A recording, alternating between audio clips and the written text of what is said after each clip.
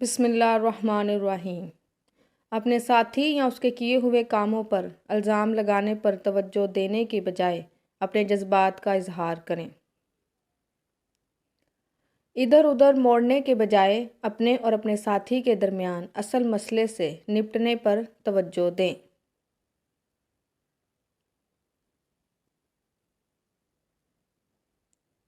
اپنے ساتھی کی بات سنیں، کیونکہ اگر وہ آپ کو کچھ بتانے کی کوشش کر رہا ہے تو آپ کو اس کی بات سننے کے لیے تیار ہونا چاہیے۔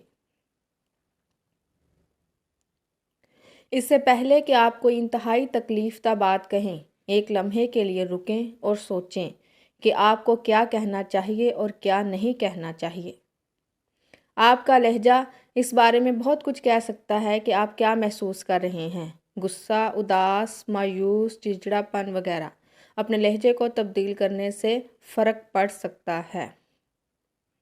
کبھی بھی اپنے ساتھی کو یہ دھمکی نہ دیں کہ اگر شادی میں آپ کی ضروریات اور خواہشات پوری نہیں ہوئیں تو آپ انہیں چھوڑ دیں گے۔ ذاتی حملوں میں ملوث ہونے یا اپنے ساتھی کی شخصیت کے بارے میں غلط بات کرنے سے گریز کریں۔ آپ کبھی نہیں جانتے کہ آپ کا ساتھی کیا محسوس کر رہا ہے۔ اپنے آپ کو ان کے جوتوں میں ڈالنا سیکھیں اور سمجھیں کہ وہ کیا محسوس کر رہا ہے۔ اپنے حصے کا کام نہ کرنا بہت سے دلائل کا باعث بن سکتا ہے۔ اپنی ذمہ داریوں کو نبھانے کی پوری کوشش کریں۔